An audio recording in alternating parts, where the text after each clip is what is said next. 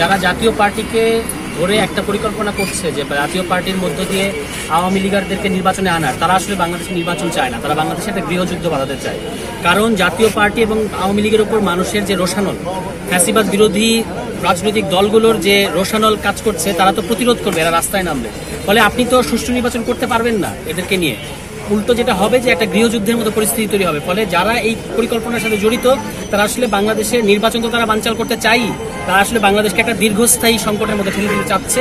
আমরা আমাদের জায়গা থেকে পরিষ্কার করে বলেছি যে এই যে হায়দার পাটোয়ারি, জাতীয় পার্টির মহাসচিব নাকি জানো, উনি তো 24-এর যে দামি নির্বাচন, এই নির্বাচনে আওয়ামী লীগের সমর্থন নিয়ে নির্বাচন করেছেন। ফলে তার তো এই নির্বাচনে অংশগ্রহণ করতে পারার কোনো সুযোগই নাই।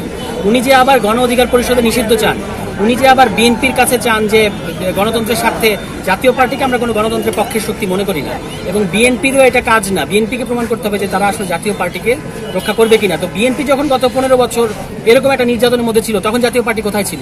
তখন তো জাতীয় পার্টি আওয়ামী লীগের হাতে থেকে গুমের বৈধতা দিয়েছে, ক্রসফায়ারের বৈধতা দিয়েছে এবং যত ধরনের আওয়ামী লীগের অপকর্ম আছে সবগুলো বৈধতা দিয়েছে। এবং যারা জাতীয় পার্টির ব্যানারে বিগত 3টা নির্বাচনে অংশ নিয়েছে, প্রত্যেকে দুর্নীতিবাজ, প্রত্যেকের অবৈধ সম্পদ গড়ে উঠেছে।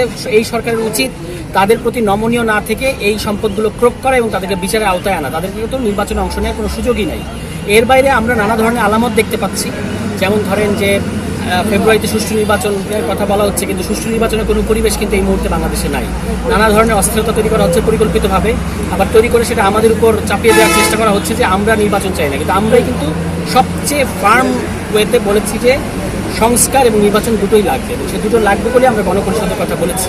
উল্টো যারা হচ্ছে যে এই জাতীয় পার্টিকে এখানে আনা সহ ঢাকা শহরে বিভিন্ন ধরনের, এই যে আপনি ধরেন যে আমরা এখন এটা প্রায় প্রকাশ্যে ঢাকা শহরে সারা দেশের ছাত্রলীগের, যুবলীগের ক্যাডাররা সারা ঢাকা শহরে প্রায় প্রকাশ্যে মহড়া দিচ্ছে। সরকার কি করছে, সরকারের গোয়েন্দা বাহিনী কি করছে? আমরা ওই সৈয়দপুরে এয়ারপোর্টে নামলে আমাদেরকে অন্তত 10 জন গোয়েন্দা ছবি তোলে।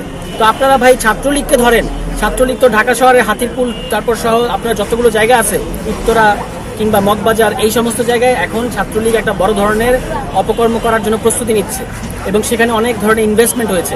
সরকারের গোয়েন্দাদের কাছে, আমাদের কাছে যদি তথ্য থাকে, সরকারের গোয়েন্দাদের কাছে তথ্য নাই, এটা আমরা বিশ্বাস করি না। ফলে এটা আমরা অবশ্যই মনে করি সরকারের নমনীয়তা, গোয়েন্দা বিভাগের নমনীয়তা, এবং আমরা সরকারকে বলতে চাই বিবৃতি থেকে বের হয়ে আসেন। তারা শুধু বিবৃতি দেয়, কোনো অ্যাকশন নেয় না। আপনার কাজ হচ্ছে অ্যাকশন নেওয়া। সরকারের কিছু একটা ঘটলেই দেশে তারা একটা কঠোর ব্যবস্থা নেওয়া হবে এই ধরনের হুঙ্কার দেয়, কিন্তু আসলে কোনো ব্যবস্থা নেয় না। এই জন্য আমরা সরকারের প্রতি আহ্বান জানাবো যে আগামী নির্বাচন যদি আপনারা সুষ্ঠু নির্বাচন করতে চান, তাহলে আওয়ামী ক্রিমিনাল যারা সারা ঢাকা শহরে জালের মতো ছড়িয়ে গেছে তাদেরকে গ্রেফতার করেন, জাতীয় পার্টির ব্যাপারে একটা শক্ত আপনারা অবস্থান নেন, নুরুল হক নূরকে সুচিকিৎসার জন্য বিদেশে পাঠান। এই কাজগুলো যদি আপনারা না করেন তাহলে কিন্তু দেশের মধ্যে অস্থিরতা থাকবে এবং আসলে সুষ্ঠু নির্বাচনের পরিবেশও তৈরি হবে না।